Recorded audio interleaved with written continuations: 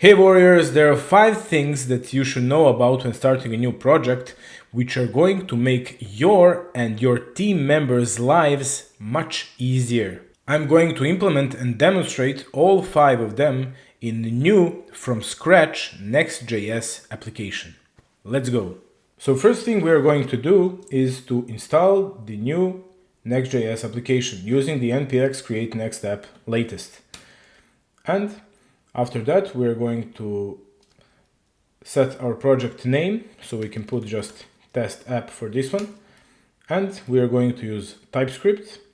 And this is the first thing out of 5, ESLint. So why is ESLint important? If we check here the official ESLint documentation, we can see that ESLint is a tool for identifying and reporting on patterns found in ECMAScript JavaScript code, with the goal of making code more consistent and avoiding bugs. So ESLint is completely pluggable. Every single rule is a plugin and you can add more at runtime. So we can add whatever rule we like in our ESLint config. And we can also add community plugins, configurations, and parsers to extend the functionality of ESLint. ESLint is coming in Next.js by default. I mean, if we press yes, and we pressed yes, so we are going to skip this part of installing ESLint, but you can follow their guide here in the official documentation. It's quite easy. You just initialize it and install, and it is basically going to work automatically on your project if you have the right configuration and everything like here. So let's get back. So we are going to hit yes for ESLint, and all the other stuff is not important for this video, so we are just going to hit enter, enter, enter. And guys, if you like this kind of content, subscribe. Bunch more of videos like this coming up, so be prepared. Now our app is getting installed, and after that we are going on our thing number 2 for having a good foundation for Next.js application.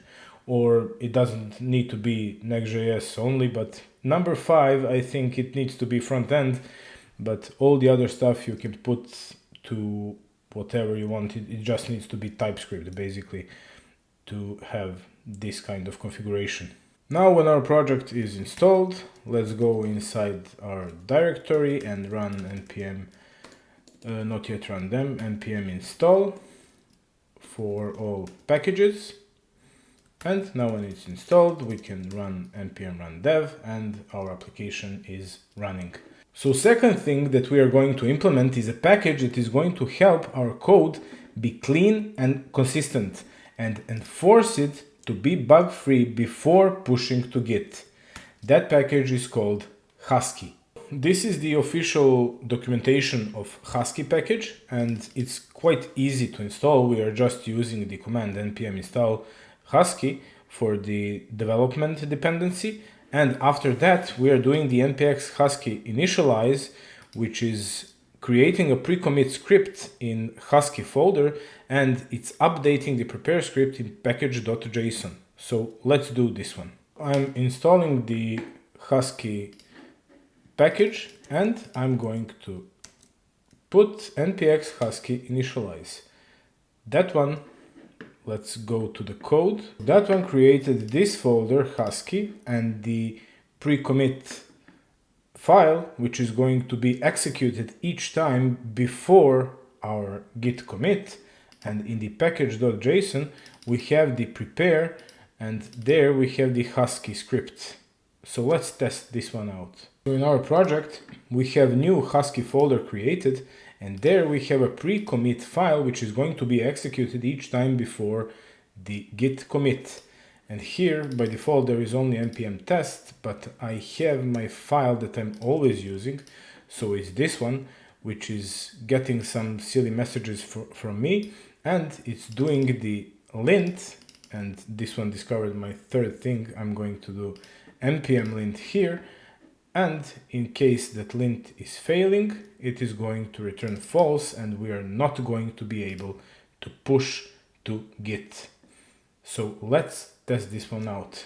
Oh yes, and in package.json, it added the prepare script, which is doing the Husky command. Let's see how it works. I'm going to quickly git initialize here and add my remote add origin, the OrcDev test app. So now when we check the git status, we see that we have modified 2 files and 1 new folder. So I'm going to add everything, and when I do the git commit with some message Husky, we are having our script executed and there are no ESLint warnings or errors, and we can actually commit our code. Now we can safely push this one to our Git repository, and it works. So cool thing is that this is going to work for each developer in your team, and there are no ways that someone can push ESLint error after this. And third thing, already spoiled in the Husky script, is PNPM. So there are a bunch of advantages of PNPM in terms of speed especially. So if we check the benchmark here with NPM, PNPM and Yarn, PNPM is really killing them in almost every segment. So here, if we check it out for the clean install, the PNPM is the yellow one. You can see that almost always it's much better than all other package management tools. So first thing we are going to do is install it on your machine, and these are different scripts for different kind of machines, whatever you have. I already installed PNPM on mine. And next thing is delete our node modules folder. And next thing, we're going to put in the package.json file the pre-install script that allows only PNPM to be used. So this will prevent any other developer in your team to accidentally use npm or yarn. Then we are going to create PNPM workspace.yaml, and there we're just going to paste this one. So now we can run PNPM import. And this one is going to create our PNPM log file based on our package log file that we have from npm.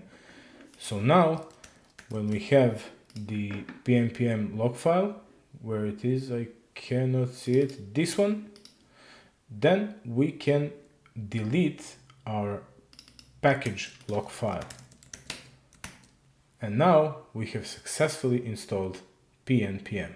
We can just run PNPM install and all of our packages are going to be installed, and it was really fast. And fourth thing for our good foundation of Next.js is the package called CZ Customizable.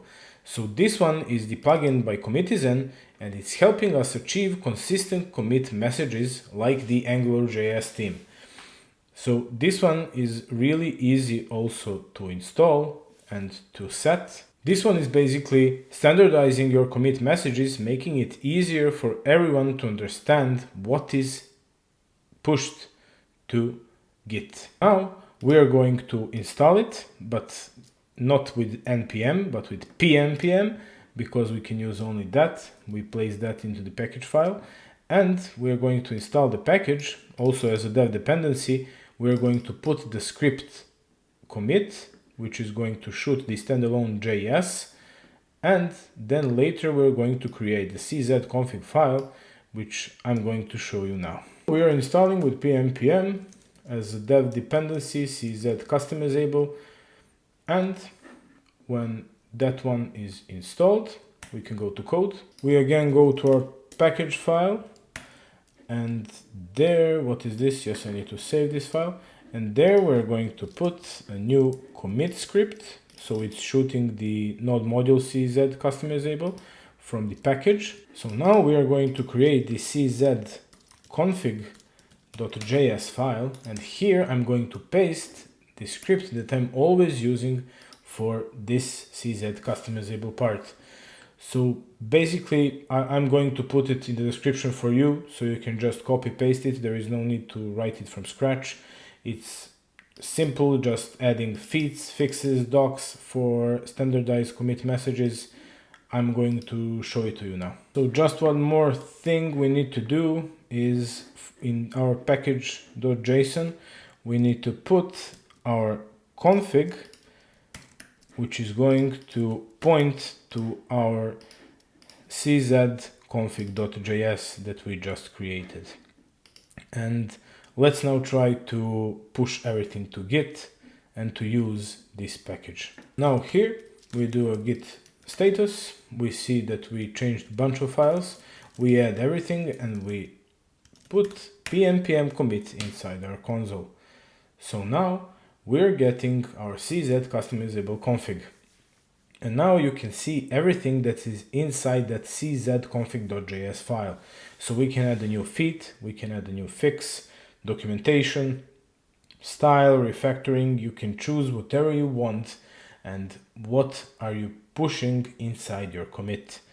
So for this one, I would probably put feat as a new feature, and it's basically a configuration because we have CZ Customizable, we have I think we already pushed Husky, so we have PNPM and stuff like that, so everything is configuration.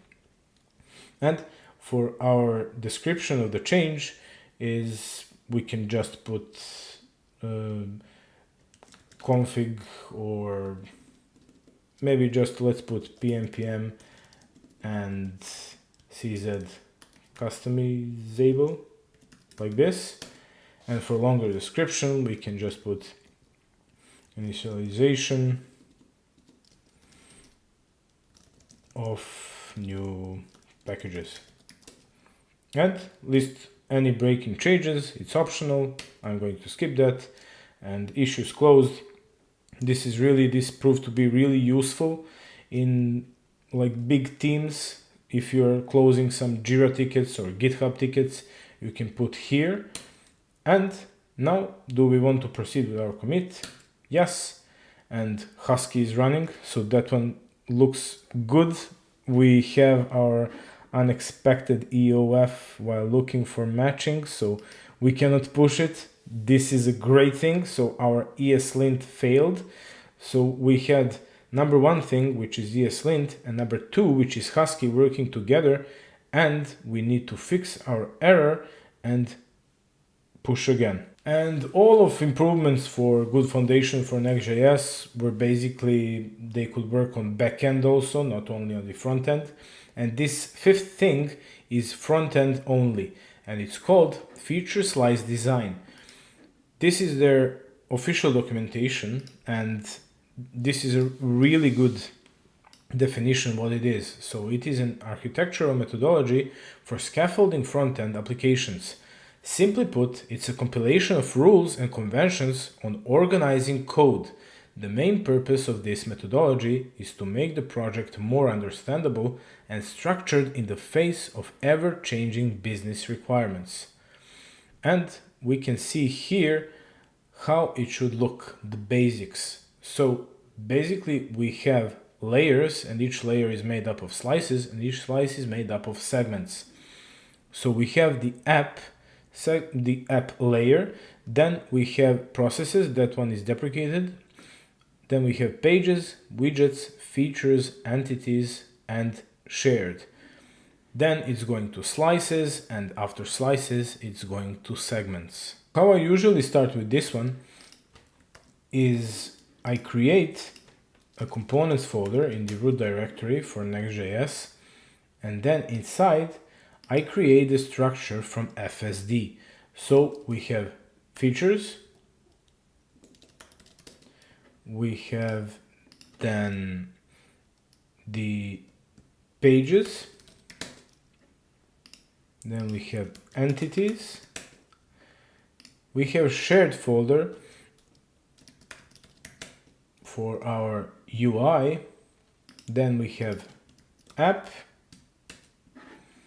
and which one I missed, so we have shared entities, features, widgets, yes, widgets.